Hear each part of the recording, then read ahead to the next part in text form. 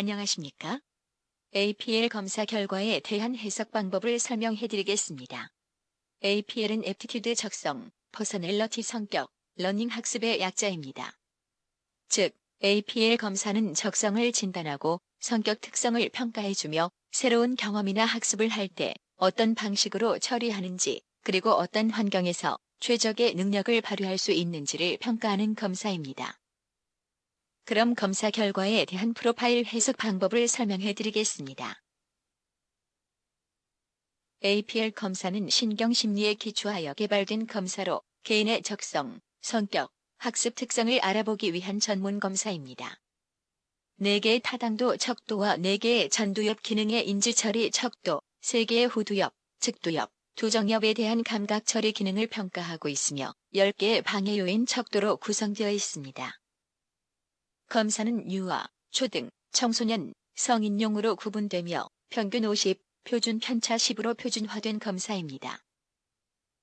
점수들 중 이 표준 편차를 벗어난 점수를 보이는 척도는 심각한 문제를 지니고 있을 수 있으므로 반드시 전문가의 상담을 받아보도록 하시기 바랍니다. APL 검사의 장점은 첫째는 적성, 성격, 학습 특성을 동시에 평가할 수 있습니다. 둘째, 신경심리에 기초하여 표준화된 검사이므로 더 전문적이고 과학적인 진단 결과를 얻을 수 있다는 점입니다. 셋째, 현재 문제가 되는 영역뿐만 아니라 문제 원인을 알 수 있어서 치료 계획을 구체화할 수 있습니다. 넷째, 현재 표출되어 나타나는 행동 현상을 설명할 수 있으며 미래에 대한 예측과 계획이 가능합니다. 먼저 타당도 척도를 보시겠습니다. 타당도 척도는 피검자가 검사를 제대로 실시하였는지 또는 임의로 검사를 실시하였는지 평가하기 위한 척도도입니다. 척도도는 LF, IC, DV, DS 총 4개 척도가 있습니다. 점수가 60 이하인 경우 타당하게 검사를 실시하였을 가능성이 높지만 60일 이상인 경우에는 검사를 해석하기 전에 피검자가 검사를 제대로 수행하였는지 확인할 필요가 있습니다. LF는 저빈도 척도입니다. T점수가 75점 이상 상승한 경우 피검자가 대부분의 사람들은 치과에 가기를 좋아한다와 같은 질문에 일반적으로 이라는 대답을 할 가능성이 없기 때문에 피검자가 검사를 성실히 임하였는지 해석 시 확인이 필요합니다. IC는 비일관성 척도입니다. T점수가 76 이상일 경우 피검자가 문항에 일관성 있게 반응하지 않았고 적절하게 주의를 기울이지 않았을 가능성을 시사하므로 해석 시 확인이 필요합니다. DV는 부정인상 척도입니다. T점수가 85 이상인 경우 부주의한 반응 또는 현재 생활 중에 어려움 호소, 부정적 과장 가능성을 시사하니 해석 시 확인이 필요합니다. DS는 긍정인상 척도입니다. 70일 이상 상승한 경우 현재 생활 속에 불편한 일이 거의 없거나 긍정인상을 시도하였을 가능성이 시사되니 해석 시 확인이 필요합니다. 인지사고 특성에 대해 알아보겠습니다.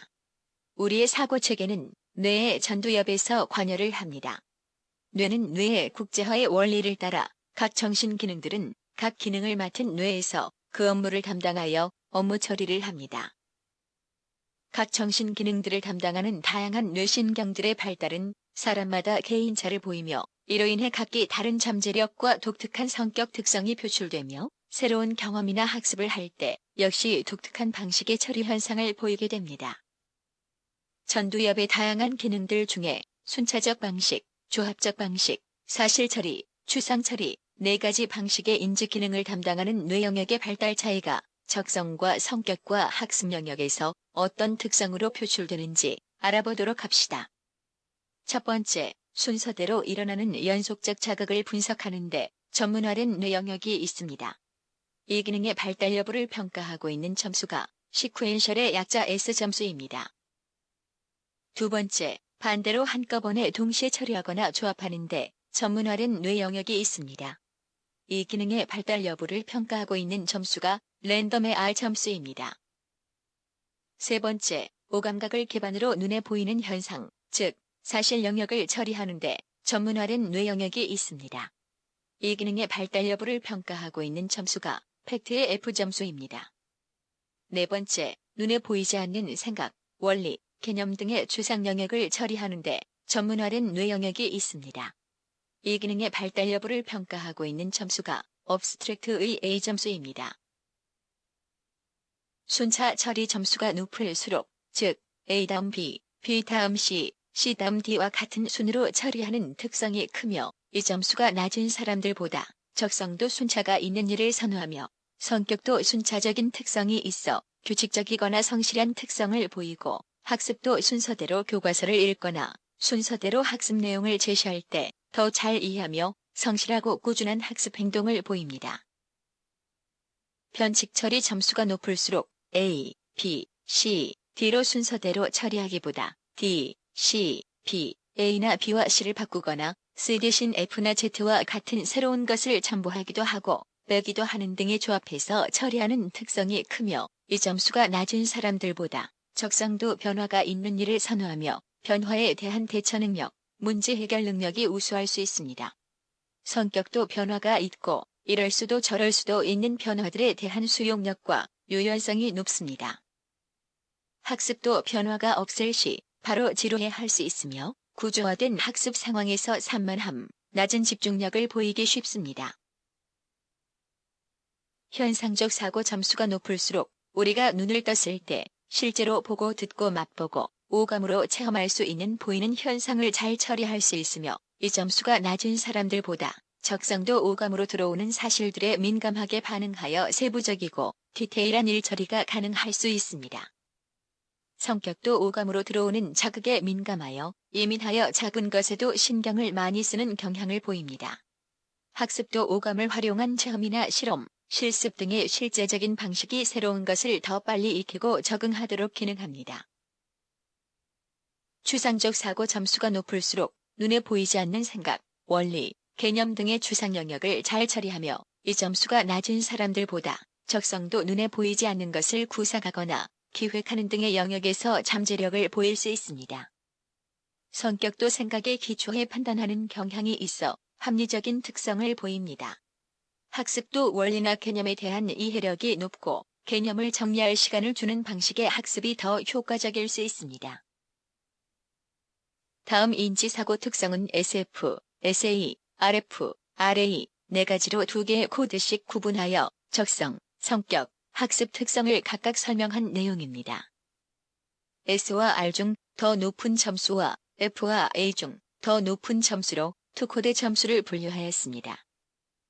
예를 들어 SF는 S와 R 중에서 S 점수가 높고 F와 A 중에서 F 특성이 더 높은 경우이며 S와 F 사고가 잘 기능하는 개인을 말합니다. 검사 결과는 두 개의 코드로 해석되고 있지만 여러분께서는 S, R, F, A 중 3개의 점수가 비슷하면 3코드로 볼 수 있으며 4개 점수 모두가 비슷하다면 4가지 코드로 전체적으로 골고루 뇌 기능들이 잘 발달되어 있다고 볼 수 있습니다. 다음은 감각 처리 특성 프로파일을 보시겠습니다. 감각 특성은 측두엽의 언어 기능, 후두엽의 시각 기능, 두정엽의 운동 기능을 평가하는 척도들입니다.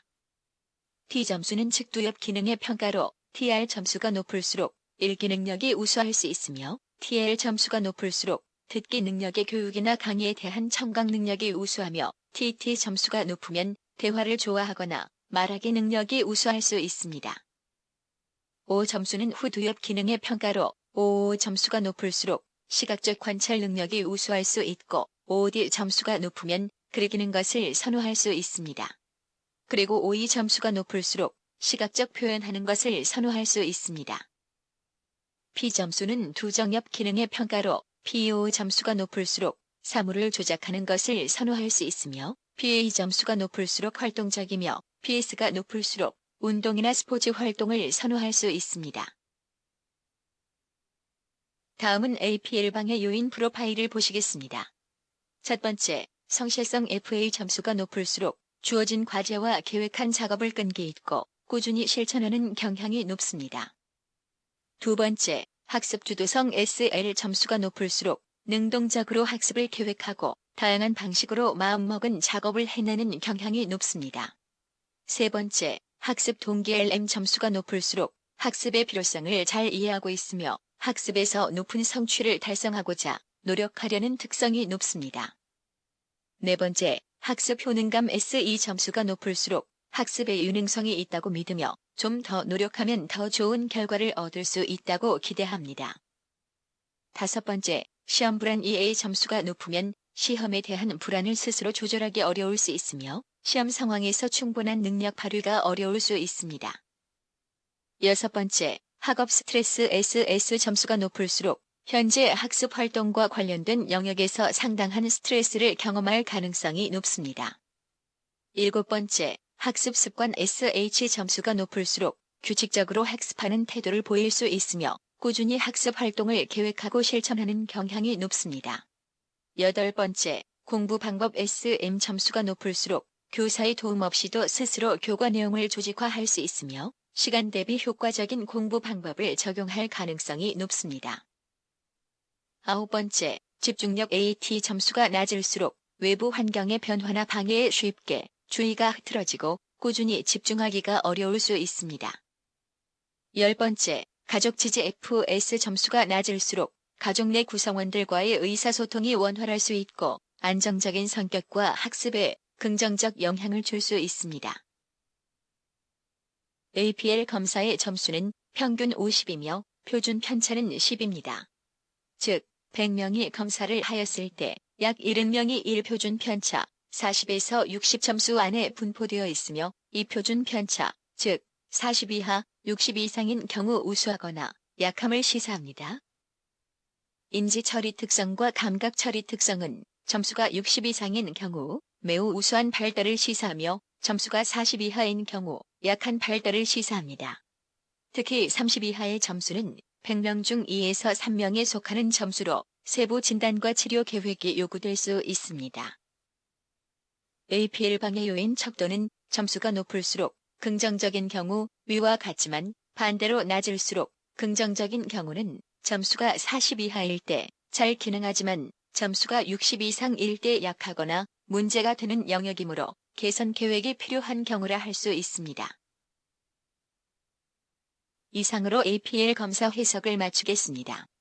감사합니다.